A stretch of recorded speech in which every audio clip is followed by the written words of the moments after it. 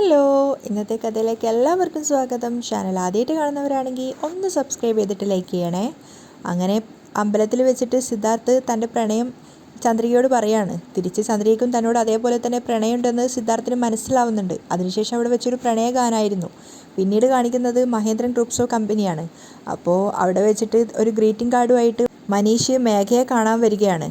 അങ്ങനെ ക്യാബിനിൽ വന്ന സമയത്ത് സിദ്ധാർത്ഥ് അവിടെ ഉണ്ടായിരുന്നില്ല. മേഘയ്ക്ക് നേരെ ഒരു ഗ്രീറ്റിംഗ്സ് കാർഡ് നീട്ടിക്കൊണ്ട് മനീഷ് പറയുന്നുണ്ട്, ഹാപ്പി വുമൻസ് ഡേ മേഘ. ആ സമയത്ത് മേഘ വല്ലാതെ ദേഷ്യപ്പെടുകയാണ്. എന്താ മനീഷ് ഇതൊക്കെ? ഞാൻ നിങ്ങളോട് വിമൻസ് ഡേക്ക് എനിക്ക് ഗ്രീറ്റിംഗ് കാർഡ് വേണമെന്ന് ആവശ്യപ്പെട്ടിരുന്നോ? മനീഷ് തലതാഴ്ത്തി നിൽക്കുകയാണ്. ആ സമയത്ത് മേഘ ദേഷ്യത്തോടെയാണ് സംസാരിക്കുന്നത്. എന്നെ പരിചയമുള്ളതായിട്ട് കാണിക്കരുതെന്ന് മുന്നേ നിന്നോട് ഞാൻ പറഞ്ഞിട്ടുള്ളതല്ലേ, പിന്നെ എന്തിനാ എൻ്റെ ക്യാബിനിൽ വന്ന് ഇങ്ങനെയൊക്കെ ബിഹേവ് ചെയ്യുന്നത്? ആ സമയത്തൊന്നും മനീഷ് മറുപടി ഒന്നും പറയുന്നില്ല. പിന്നെ അവനോടൊരു പാവം തോന്നിയിട്ട് മേഘ പറയുന്നുണ്ട്, ശരി ശരി, അത് ടേബിളിൽ വെച്ചിട്ട് പൊയ്ക്കോ. ഓക്കെ മേഘ. മനീഷ് അത് അവിടെ വെക്കുകയാണ്. പക്ഷേ ആ സമയത്ത് മനീഷിന് അവിടുന്ന് പോവാൻ സാധിക്കുന്നുണ്ടായിരുന്നില്ല. അവൻ മേഘയെ പ്രണയത്തോടെ നോക്കിക്കൊണ്ട് നിൽക്കുകയാണ്. മാത്രമല്ല അവൻ മേഘയോട് പറയുന്നുണ്ട്, ഈ സാരിയിൽ നീ വളരെയധികം സുന്ദരിയായിരിക്കുന്നു. അത് കേട്ട് മേഘയും പറയുന്നുണ്ട്, thank you so much. Siddharth വരുന്നതിന് മുമ്പ് വേഗം പോവാൻ നോക്ക്. അപ്പോൾ മനീഷ് പറയുന്നുണ്ട്, എന്താ മേഘ, സിദ്ധാർത്ഥ് സാറ് ഇവിടെ ഉണ്ടെങ്കിലല്ലേ പ്രശ്നമുള്ളൂ. ഇപ്പോൾ അദ്ദേഹം ഇവിടെ ഇല്ലല്ലോ, പിന്നെ എന്തിനാ എന്നോട് ടെൻഷനായി സംസാരിക്കുന്നേ? അപ്പോൾ തന്നെ മേഘ പറയുന്നുണ്ട്, നിനക്ക് സിദ്ധാർത്ഥിനെ കുറിച്ച് അറിയില്ല. അവൻ എല്ലാ കാര്യങ്ങളും സംശയദൃഷ്ടിയോടുകൂടി മാത്രമേ നോക്കൂ. ഇത്രയും സമയം നമ്മൾ സംസാരിക്കുന്നത് കണ്ട അവൻ ഉറപ്പായിട്ടും ഡൗട്ട് എന്ന് മേഘ പറഞ്ഞു തീർക്കുന്നതിന് മുൻപ് തന്നെ സിദ്ധാർത്ഥ് അങ്ങോട്ടേക്ക് വന്നിട്ടുണ്ടായിരുന്നു. പെട്ടെന്ന് സിദ്ധാർത്ഥിനെ കണ്ടത് മേഘ വല്ലാതെ പരിഭ്രമിച്ച് നോക്കി നിൽക്കുകയാണ്. മനീഷാണെങ്കിലും പെട്ടെന്ന് കണ്ട സമയത്തൊന്ന് ഷോക്കായിട്ടുണ്ടായിരുന്നു. അപ്പോൾ സിദ്ധാർത്ഥ് സാധാരണ പോലെ തന്നെയാണ് സംസാരിക്കുന്നത്. ഹായ് മേഘ. ശേഷം ഗുഡ് മോർണിംഗ് എന്ന് പറഞ്ഞിട്ട് മനീഷിനെ അഭിവാദ്യം ചെയ്യാണ്. അതിനുശേഷം മേഘയോട് സിദ്ധാർത്ഥ് ചോദിക്കുന്നുണ്ട്, എന്താ മേഘ, എന്തോ ഡൗട്ട് എന്നൊക്കെ പറയുന്നത് കേട്ടല്ലോ. അത് കേട്ടതും മനീഷും മേഘയും പരസ്പരം സംശയത്തോടെ നോക്കുകയാണ്. മാത്രമല്ല മനീഷ് പെട്ടെന്ന് തന്നെ മേഘയെ നോക്കിക്കൊണ്ട് സിദ്ധാർത്ഥിനോട് പറയുന്നുണ്ട്, ഒന്നുമില്ല സർ, അത് സെയിൽസ് സംബന്ധമായിട്ടൊരു ഡൗട്ടുണ്ടായിരുന്നു. അതാ ഞാൻ മേഡത്തോട് ചോദിച്ചുകൊണ്ടിരുന്നത്. അപ്പോഴാണ് മേഘയ്ക്ക് ഒരു സമാധാനമായത്. അപ്പോൾ മനീഷ് പറയുന്നുണ്ട്, അത് മേഡം ക്ലാരിഫൈ ചെയ്ത് തന്നു സർ. സിദ്ധാർത്ഥ് ചിരിക്കുകയാണെങ്കിലും അവരുടെ രണ്ടുപേരുടെയും മുഖത്തുണ്ടായിരുന്ന ആ ഒരു പതർച്ച കണ്ടപ്പോൾ സിദ്ധാർത്ഥിന് നല്ല സംശയം തോന്നുന്നുണ്ടായിരുന്നു. വീണ്ടും അവൻ റിപ്പീറ്റ് ചെയ്തിട്ട് മേഘയോട് പറയുന്നുണ്ട്, മനീഷിനെ എവിടെയോ കണ്ടതുപോലെ തോന്നുന്നുണ്ടല്ലേ. അത് കേട്ടതും മേഘ വല്ലാതെ പതറുകയാണ്. അവൾ വല്ലാതെ ഭയന്നിട്ടുണ്ടായിരുന്നു. മാത്രമല്ല മനീഷും അത് കേട്ട സമയത്ത് വല്ലാതെ ഞെട്ടുന്നുണ്ടായിരുന്നു. ആ സമയത്ത് വീണ്ടും സിദ്ധു ചോദിക്കുന്നുണ്ട്, അല്ല മേഘ, നീ എവിടെയെങ്കിലും വെച്ച് മനീഷിനെ കണ്ടതായിട്ട് ഓർക്കുന്നുണ്ടോ? ഒരു നിമിഷം പോലും ആലോചിക്കാതെ മേഘ മറുപടി പറയുന്നുണ്ട്, ഇല്ലല്ലോ, ഇല്ല സിദ്ധാർത്ഥ്. അപ്പോഴും സിദ്ധാർത്ഥ് സംശയത്തോടെയാണ് സംസാരിക്കുന്നത്. പക്ഷേ ഞാൻ എവിടെയോ കണ്ടിട്ടുണ്ട്. പക്ഷേ അതെവിടെയാണെന്നാണ് എനിക്ക് ഓർമ്മ കിട്ടാത്തത്. ആ, ഇറ്റ്സ് ഓക്കെ, ഏതെങ്കിലും ഒരു ദിവസം ഓർമ്മ കിട്ടും, അപ്പോൾ നോക്കാം. സിദ്ധാർത്ഥ് കൂളായിട്ട് ചിരിച്ചുകൊണ്ട് പറയാണ്. പെട്ടെന്ന് തന്നെ മനീഷ് പറയുന്നുണ്ട്, അപ്പോൾ ഓക്കെ സർ, ഞാൻ പോട്ടെ sir. Okay Manish, carry on. Manish ക്യാബിനിൽ നിന്ന് ഇറങ്ങിപ്പോയതിന് പിന്നാലെ സിദ്ധാർത്ഥ് പോയിട്ട് അവൻ്റെ ചെയറിൽ ഇരിക്കുകയാണ്. അപ്പോഴാണ് മേഘയ്ക്ക് ശരിക്കും ആശ്വാസമായത്. അപ്പോഴാണ് അവൾ ശ്വാസം നേരെ വിട്ടത്. അവൾ ചിന്തിക്കുന്നുണ്ട്, അയ്യോ, കുറച്ചു നേരത്തേക്ക് എൻ്റെ ജീവൻ പോയി എന്നാണ് ഞാൻ കരുതിയത്. സിദ്ധാർത്ഥിൻ്റെ കയ്യിലുണ്ടായിരുന്ന മനീഷിൻ്റെ ഫോട്ടോ കത്തിച്ചു കളഞ്ഞത് നന്നായി, അല്ലെങ്കിൽ വളരെ ഈസി ആയിട്ട് അവൻ കണ്ടുപിടിച്ചേനെ. മേഘ വല്ലാതെ ഭയന്നിട്ടുണ്ടായിരുന്നു. അങ്ങനെ പിറ്റേന്ന് അവൾ നേരെ അമ്മാവനെ കാണാനാണ് പോകുന്നത്. ആ സമയത്ത് അയാൾ ഒരുപാട് നേരം മേഘയെ വെയിറ്റ് ചെയ്യുന്നുണ്ട്. അന്നപ്പോൾ അയാൾ ചിന്തിക്കുന്നുണ്ട്, എന്തിനായിരിക്കും മേഘ എന്നോട് കാണാൻ വരാൻ പറഞ്ഞത്? ശരി, വരട്ടെ, അവളോട് തന്നെ ചോദിച്ചു മനസ്സിലാക്കാം. അയാൾ അങ്ങോട്ടും ഇങ്ങോട്ടും ഇങ്ങനെ നടന്നുകൊണ്ടേ ഇരിക്കുകയാണ്. ഇനി ഒരു പക്ഷേ എന്നോട് വരാൻ പറഞ്ഞിട്ട് മേഘ അത് മറന്നു പോയിട്ടുണ്ടാവോ? അവളെ ഒന്ന് വിളിച്ചു നോക്കാം എന്ന് പറഞ്ഞ് ഫോൺ എടുത്ത സമയത്താണ് മേഘയുടെ കാറ് വരുന്നത് അയാൾ കാണുന്നത്. ആ, മേഘ വന്നല്ലോ. മേഘയുടെ കാറ് വന്നതും അയാൾ വേഗം മേഘയുടെ അടുത്തേക്ക് പോകുന്നുണ്ട്. മേഘയാണെങ്കിൽ കാറിൽ നിന്ന് ഇറങ്ങിയപ്പോൾ തന്നെ സ്നേഹത്തോട് ചോദിക്കുന്നുണ്ട്, അമ്മാവ സുഖമായിട്ടിരിക്കുന്നോ? എന്തോ നിന്റെ സഹായം കൊണ്ട് ഞാൻ സുഖമായിട്ട് പോകുന്നു മോളെ. അയാളും വാത്സല്യത്തോടെയാണ് പറയുന്നത്, നീ തരുന്ന പണം കൊണ്ട് 3 നേരം സുഖമായിട്ട് ഭക്ഷണം കഴിക്കുന്നു ഞാൻ. അത് കേട്ട് സന്തോഷത്തോടെ മേഘയും ചിരിക്കുന്നുണ്ട്. അപ്പോൾ മനോഹർ ചോദിക്കുകയാണ്, പറയും മോളെ, എന്തിനാ എന്നോട് വരാൻ പറഞ്ഞത്? അത് ഒരു പ്രധാനപ്പെട്ട കാര്യമുണ്ട് അമ്മാവ. എന്താ മോളെ കാര്യം? എന്താന്ന് വെച്ചാൽ പറയേ. അപ്പോൾ മേഘ ഒരു ചടപ്പോട് സംസാരിക്കുകയാണ്, ഞാൻ UK വെച്ച് മനീഷ് എന്നൊരാളെ പരിചയപ്പെട്ടത് പറഞ്ഞതായിട്ട് ഓർക്കുന്നില്ലേ? ആ അതെ, അയാൾ ഓർത്തുകൊണ്ട് പറയാണ്. അപ്പോൾ മേഘ പറയുന്നുണ്ട്, അയാളെ ഞാൻ ഇവിടെ വെച്ച് വീണ്ടും കണ്ടു. അത് കേട്ടതും അമ്മാവൻ്റെ മുഖവും വലിഞ്ഞു മുറുകുകയാണ്. ആ സമയത്ത് മേഘ മനീഷിനെ വീണ്ടും അവിടെ അന്ന് സൂപ്പർ മാർക്കറ്റിൽ വെച്ച് കണ്ടുമുട്ടിയതും മനീഷ് അന്ന് പറഞ്ഞ ആ ഒരു വാക്കും പറയാണ്, ഞാൻ നിന്നെ വല്ലാതെ മിസ് ചെയ്തു മേഘ. നിനക്ക് വേണ്ടിയാ ഞാൻ ഇതുവരെ കല്യാണം പോലും കഴിക്കാതിരുന്നത്. അതിനുശേഷം മനീഷ് തൻ്റെ തന്നെ ഓഫീസിൽ വന്നതും അവിടെ വെച്ച് മനീഷ് കാണാതിരിക്കാൻ വേണ്ടി ഒരുപാട് ഹൈഡ് ആൻഡ് സീക്ക് കളിച്ചതും അവസാനം മനീഷ് കണ്ടുപിടിച്ചതും അവർ തമ്മിൽ ഒരുമിച്ചുള്ള വീഡിയോസ് ഇന്നും മനീഷിൻ്റെ കയ്യിൽ അവൻ സൂക്ഷിച്ചു വെച്ചിട്ടുണ്ടെന്നുള്ള അടക്കമുള്ള കാര്യങ്ങളൊക്കെ അമ്മാവനോട് മേഘ പറയുകയാണ്. എല്ലാം കേട്ടതിന് ശേഷം അയാൾ ചോദിക്കുന്നുണ്ട്, എന്താ മോളെ ഈ പറയുന്നത്? മനീഷ് നിന്റെ ഓഫീസിൽ ജോലിക്ക് ചേർന്നെന്നോ? ഇപ്പം എന്താ മോളെ ചെയ്യുക? അതാ അമ്മാവ എനിക്കും ഒന്നും അറിയാത്തത്. പ്രിയ അവൻ്റെ കുഞ്ഞാണെന്നോ മറ്റോ അവനറിഞ്ഞാൽ പിന്നെ പ്രശ്നം വേറെ രീതിയിലാവും. അല്ലെങ്കിൽ തന്നെ എന്നെ എന്തിലകപ്പെടുത്തു എന്നാ സിദ്ധു ചിന്തിക്കുന്നത്. അപ്പോൾ പിന്നെ പ്രിയയുടെ അച്ഛൻ മനീഷാണെന്നോ മറ്റോ അറിഞ്ഞാൽ എന്നെ അവനോടൊപ്പം പറഞ്ഞയക്കും. പിന്നെ ഒരിക്കലും മഹേന്ദ്രൻ അച്ഛൻ്റെ സ്വത്തിൽ നിന്നും 5 പൈസ പോലും എനിക്ക് കിട്ടില്ല. അതുകൊണ്ട് മനീഷിനെ ഞങ്ങളുടെ ഓഫീസിൽ നിന്നും എങ്ങനെയെങ്കിലും പറഞ്ഞു വിടണം അമ്മാവ. അതിനുവേണ്ടിയാണ് ഞാൻ അമ്മാവനോട് വരാൻ പറഞ്ഞത്. അങ്ങനെ മുഴുവൻ കേട്ടതിന് ശേഷം അയാൾ ചോദിക്കുന്നുണ്ട്, പറ മോളെ, ഞാൻ എന്താ ചെയ്യേണ്ടത്? മനീഷ് ഇനി ഞങ്ങളുടെ ഓഫീസിലേക്ക് വരാനേ പാടില്ല. അപ്പോൾ അയാൾ പറയുന്നുണ്ട്, അതൊന്നും വലിയ കാര്യമല്ല മോളെ, അവൻ ഇനി നിൻ്റെ ഓഫീസിലേക്ക് വരാതെ ആക്കിത്തരാം ഞാൻ. മനീഷ് ടെമ്പററി ആയി വരാതിരിക്കണം എന്നാണോ അതോ പെർമനൻ്റ് ആയിട്ട് വരാതിരിക്കണം എന്നാണോ? മനസ്സിലായില്ല അമ്മാവ.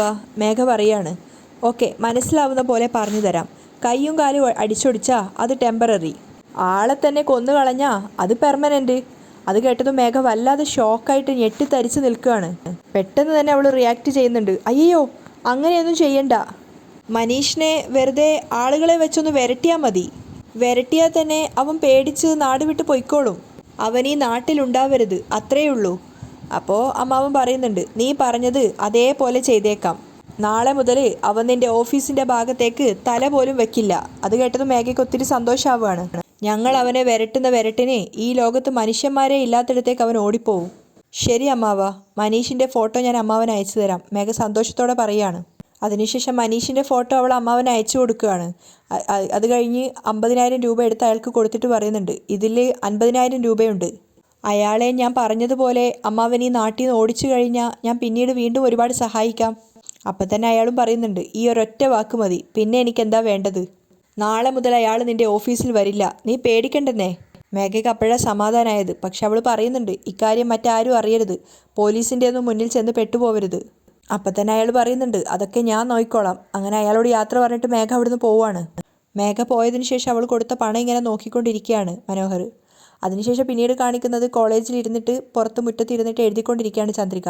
ആ സമയത്ത് അങ്ങോട്ടേക്ക് അനു വന്നിട്ടുണ്ടായിരുന്നു. ചന്ദ്രികയ്ക്ക് അടുത്തിരുന്നിട്ട് അനു പറയുന്നുണ്ട്, ഞാൻ ഇന്നലെ ഫോണിൽ സിദ്ധുവിനോട് സംസാരിച്ചു. അദ്ദേഹം ഒരു കാര്യം വ്യക്തമായിട്ട് പറഞ്ഞു. അപ്പോൾ ചന്ദ്രിക ചോദിക്കുന്നുണ്ട്, എന്താ പറഞ്ഞത്? ഞാൻ നിന്നെ സ്വീകരിക്കുന്നതും സ്വീകരിക്കാത്തതും ചന്ദ്രികയുടെ തീരുമാനത്തെ ആശ്രയിച്ചിരിക്കുമെന്ന്. അത് കേട്ടതും ചന്ദ്രിക ആകെ വല്ലാതാവുകയാണ്. അപ്പോൾ അനു പറയുന്നുണ്ട്, നിന്റെ തീരുമാനം അറിഞ്ഞാലേ അദ്ദേഹത്തിൻ്റെ തീരുമാനം അറിയാൻ പറ്റുള്ളൂ എന്നാ പറഞ്ഞത്. ചന്ദ്രിക മറുപടി പറയാനാവാതെ കുഴഞ്ഞിരിക്കുകയാണ്. ആ സമയത്ത് അനു പറയുന്നുണ്ട്, അതുകൊണ്ട് നിന്റെ മറുപടി നീ വ്യക്തമായിട്ട് പറഞ്ഞേക്ക്. ചന്ദ്രിക എന്താ പറയേണ്ടതെന്ന് അറിയാതെ നിൽക്കുന്ന സമയത്ത് അനു പറയാണ്, പ്ലീസ് ചന്ദ്രികയെ, ഒരുപാട് സമയമെടുക്കരുതേ. എന്തായാലും നിനക്ക് അദ്ദേഹത്തോടൊപ്പം ജീവിക്കാൻ ആഗ്രഹമില്ലല്ലോ. എന്തായാലും നീ അദ്ദേഹത്തെ സ്വീകരിക്കാനും പോകുന്നില്ല. അതുകൊണ്ട് നീ തന്നെ അദ്ദേഹത്തോട് വ്യക്തമായി പറയണം. അദ്ദേഹം എന്നെ ഉറപ്പായും സ്വീകരിക്കും. ചന്ദ്രിക എന്താ പറയേണ്ടതെന്ന് അറിയാതെ ആകെ ഡിസ്റ്റർബ്ഡ് ആയിട്ടിരിക്കുകയാണ്. അതിനുശേഷം അവൾ അനുവിനോട് പറയുന്നുണ്ട്, നമ്മളൊക്കെ ഇവിടെ പഠിക്കാനല്ലേ വരുന്നേ? അപ്പോൾ ഇവിടെ വേറെ വിഷയങ്ങളൊക്കെ സംസാരിക്കേണ്ട കാര്യമുണ്ടോ? ഇപ്പോൾ നീ നിൻ്റെ പഠിത്തത്തിൽ കോൺസെൻട്രേറ്റ് ചെയ്യ്, മറ്റു കാര്യങ്ങളൊക്കെ പിന്നീട് സംസാരിക്കാം. അപ്പോൾ അനു വാശിയോടെ പറയുന്നുണ്ട്, അതൊന്നും പറ്റത്തില്ല, എനിക്ക് പഠിത്തത്തെക്കാളും സിദ്ധുവാണ് പ്രധാനം, എനിക്ക് അദ്ദേഹത്തെ കിട്ടിയാൽ മതി. അപ്പോൾ ചന്ദ്രിക പറയുന്നുണ്ട്, എന്തിനാ അനു ഇങ്ങനെ ചെറിയ കുട്ടികളെ പോലെ വാശി പിടിക്കുന്നേ? അദ്ദേഹത്തിന് നിന്നെ ഇഷ്ടമല്ല എന്ന് പറഞ്ഞു കഴിഞ്ഞില്ലേ, പിന്നെ അത് വിട്ടൂടെ? വെറുതെ എന്നെയും കൂടി ഇങ്ങനെ ബുദ്ധിമുട്ടിക്കുന്നത് എന്തിനാ? അപ്പോൾ അനു ചോദിക്കുന്നുണ്ട്, ഞാൻ എങ്ങനെയാ ചന്ദ്രിക നിന്നെ ബുദ്ധിമുട്ടിക്കുന്നേ? നീ സിദ്ധാർത്ഥിനെ സ്വീകരിക്കില്ല എന്ന് പറഞ്ഞില്ലേ, അത് നീ തന്നെ സിദ്ധുവിനോട് പറയേണ്ടതല്ലേ? അപ്പോൾ ചന്ദ്രിക ദേഷ്യത്തോടെ പറയുന്നുണ്ട്, ഞാനത് പലതവണ അദ്ദേഹത്തോട് വ്യക്തമായി പറഞ്ഞിട്ടുള്ളതാ. അതിന് അദ്ദേഹം എന്നെ സ്വീകരിക്കണ്ടേ?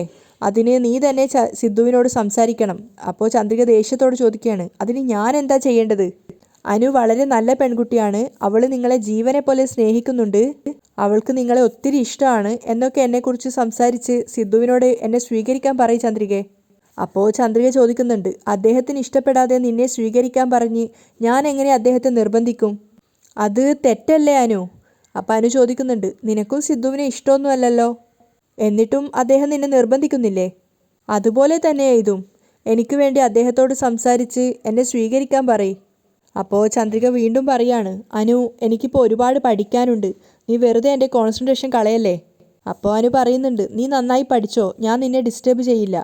പക്ഷേ നിനക്ക് 3 ദിവസമാണ് സമയം, അതിനുള്ളിൽ എന്നെക്കുറിച്ച് അദ്ദേഹത്തോട് വ്യക്തമായി സംസാരിച്ച് എന്നെ സ്വീകരിക്കാൻ പറയ്. അത് കേട്ടതും ചന്ദ്രിക ആകെ ഡിസ്റ്റർബ്ഡ് ആയിട്ട് ഇരിക്കുകയാണ്. അപ്പോൾ അനു വീണ്ടും പറയുന്നുണ്ട്, പ്ലീസ് ചന്ദ്രികേ, എനിക്ക് വേണ്ടി ചെയ്യില്ലേ. അവൾ കൊഞ്ചാണ്. അപ്പോൾ ചന്ദ്രിക പറയുന്നുണ്ട്, എന്താ അനു നീ ഇങ്ങനെയൊക്കെ പറയുന്നത്? എനിക്ക് വേണ്ടി നീ സിദ്ധുവിനോട് സംസാരിച്ചില്ലെങ്കിൽ ഇങ്ങനെ ഡെയിലി ഞാൻ നിന്നെ ടോർച്ചർ ചെയ്തുകൊണ്ടിരിക്കും. ചന്ദ്രിക ദേഷ്യത്തോടെയാണ് പിന്നീട് സംസാരിക്കുന്നത്. നിന്നോടിപ്പോൾ എന്താ പറയേണ്ടതെന്ന് എനിക്കറിയില്ല. സിദ്ധു സാറ് പറഞ്ഞാലും കേൾക്കില്ല, ഞാൻ പറഞ്ഞാലും കേൾക്കില്ല. അപ്പോൾ അനു കുറുമ്പോടെയും വാശിയോടെയും പറയുന്നുണ്ട്, അതൊന്നും പറഞ്ഞാൽ പറ്റില്ല. നിനക്ക് 3 ദിവസമാണ് സമയം. അതിനുള്ളിൽ സിദ്ധാർത്ഥ് സാറിനോട് സംസാരിച്ച് എന്നെ വിവാഹം കഴിക്കാൻ പറയ്. ചന്ദ്രിക ശരിക്കും വല്ലാത്ത ധർമ്മസങ്കടത്തിലായിട്ടുണ്ടായിരുന്നു. അനുവിനോട് എന്താ പറയേണ്ടതെന്ന് പോലും അവൾക്കറിയില്ല. അപ്പോഴേക്കും അനു അവിടെ നിന്ന് എഴുന്നേറ്റ് പോയിട്ടുണ്ട്. ചന്ദ്രിക എന്താ ചെയ്യേണ്ടതെന്ന് അറിയാതെ ആകെ ഡിസ്റ്റർബ്ഡ് ആയിട്ട് ഇരിക്കുകയാണ്. അതേസമയം കാണിക്കുന്നത് മനോഹർ കുറച്ച് ഗുണ്ടകളെ കാത്തു നിൽക്കുകയാണ്. കുറച്ച് സമയം അയാൾ വെയിറ്റ് ചെയ്തതിന് ശേഷമാണ് 2 ബൈക്കിലായിട്ട് 3 ഗുണ്ടകൾ അങ്ങോട്ടേക്ക് വരുന്നത്. അവർ വന്ന സമയത്ത് തൻ്റെ കയ്യിലിരിക്കുന്ന മനീഷിൻ്റെ ഫോട്ടോ എടുത്തിട്ട് അവർക്ക് കൊടുക്കുകയാണ്. ഈ ഫോട്ടോയിൽ കാണുന്നവനെ ഒന്ന് വിരട്ടണം. നിങ്ങൾ വിരട്ടുന്ന വിരട്ടലിൽ ഇന്ന് രാത്രി തന്നെ അവൻ ഈ നാട് വിടണം. അപ്പോൾ അതിലൊരുത്തൻ ചോദിക്കുന്നുണ്ട്, അതിനെന്താ ഏട്ടാ, വിരട്ടിയാൽ പോരെ? അല്ല, നമ്മുടെ വിരട്ടലിന് അവൻ പേടിച്ചില്ലെങ്കിൽ പിന്നെന്ത് ചെയ്യണം? എടാ, പതിയെ 2 തട്ട് തട്ടണം. തല്ല് പേടിക്കാത്ത ആരെങ്കിലും ഈ ലോകത്തുണ്ടാവുമോ? ശരിയേട്ടാ, അവൻ എപ്പോൾ ഏത് റൂട്ടിൽ കൂടെ വരുമെന്ന് പറ, അയാൾ ചോദിക്കുകയാണ്. അപ്പോൾ മനോഹർ മനീഷ് വരാൻ സാധ്യതയുള്ള വഴികളൊക്കെ അവർക്ക് പറഞ്ഞു കൊടുക്കുകയാണ്. അവൻ വന്നാൽ ഉടനെ ഞാൻ തന്നെ നിങ്ങൾക്ക് ഫോൺ ചെയ്യാം. അതിനുശേഷം നിങ്ങൾ എത്തിയാൽ മതി. ശരി സർ, അവർ പറയാണ്. അങ്ങനെ 5000 രൂപ എടുത്തിട്ട് അവർക്ക് അഡ്വാൻസ് ആയിട്ട് കൊടുക്കുകയാണ്. പരിപാടി കഴിഞ്ഞതിന് ശേഷം ബാക്കി പണം തരാമെന്ന് പറഞ്ഞിട്ട് അവരെ പറഞ്ഞു വിടുന്നുണ്ട്. പിന്നെ കാണിക്കുന്നത് രാത്രിയായ സമയത്ത് മലരി ഇരുന്ന് പഠിക്കുകയാണ്. അവൾക്ക് തൊട്ടടുത്തായിട്ട് തന്നെ ചന്ദ്രികയുണ്ട്. ചന്ദ്രിക പൂവ് കെട്ടിക്കൊണ്ടിരിക്കുകയാണ്. പക്ഷേ ചന്ദ്രികയുടെ കണ്ണ് നിറഞ്ഞിട്ടുണ്ടായിരുന്നു. കാരണം ചന്ദ്രിക വേറൊരു ലോകത്താണ്. അവൾ ഓരോന്ന് ഓർത്തുകൊണ്ടേ ഇരിക്കുകയാണ്. ഇന്ന് രാവിലെ അമ്പലത്തിൽ വെച്ച് കണ്ടപ്പോൾ സിദ്ധാർത്ഥ് പറഞ്ഞ കാര്യം, നീ ഒന്ന് മൂളിയാൽ മതി, ബാക്കി കാര്യങ്ങൾ ഞാൻ നോക്കിക്കോളാം. അതേസമയം തന്നെ അനു അന്ന് പറഞ്ഞത് കാര്യങ്ങളും ഓർമ്മ വരികയാണ്. എൻ്റെ വീട്ടിൽ എനിക്ക് വിവാഹം നോക്കുന്നുണ്ട്. എനിക്ക് സിദ്ധുവിനെ വിവാഹം ചെയ്യാനാണ് താല്പര്യം. ഞാൻ സിദ്ധുവിനോട് നീ പറഞ്ഞത് പറഞ്ഞു. അതിന് അദ്ദേഹം എന്താ പറഞ്ഞതെന്നറിയോ? ചന്ദ്രിക എന്നെ സ്വീകരിച്ചില്ലെങ്കിൽ ഞാൻ നിൻ്റെ സ്നേഹം അക്സെപ്റ്റ് ചെയ്യാമെന്ന്. അതൊക്കെ ഓർക്കും തോറും ചന്ദ്രികയുടെ കണ്ണിങ്ങനെ നിറഞ്ഞുകൊണ്ടേ ഇരിക്കുകയാണ്. ആ സമയത്താണ് മലര് നോക്കുന്നത്. മലര് നോക്കുമ്പോൾ അമ്മ കരയുന്നത് കണ്ടപ്പോൾ അവൾ ചോദിക്കുന്നുണ്ട്, എന്തിനാ അമ്മേ കരയുന്നത്? പെട്ടെന്നാണ് ചന്ദ്രിക ഞെട്ടി എഴുന്നേറ്റത്. അപ്പോൾ ചന്ദ്രിക പറയുന്നുണ്ട്, ഏയ് ഒന്നുമില്ല മോളെ എന്ന് പറഞ്ഞാൽ അവൾ കണ്ണ് തുടക്കുകയാണ്. അമ്മയെ ആരെങ്കിലും വഴക്ക് പറഞ്ഞോ? മലര് ചോദിക്കുന്നുണ്ട്. ഏയ് ഇല്ല മോളെ, പറഞ്ഞില്ലേ. പിന്നെ മോള് കൂടുതലായിട്ട് ചോദിക്കാതിരിക്കാൻ വേണ്ടി ചന്ദ്രിക വേഗം തന്നെ പറയുകയാണ്, നീ സംസാരിക്കാതെ ഇരുന്ന് പഠിക്ക്.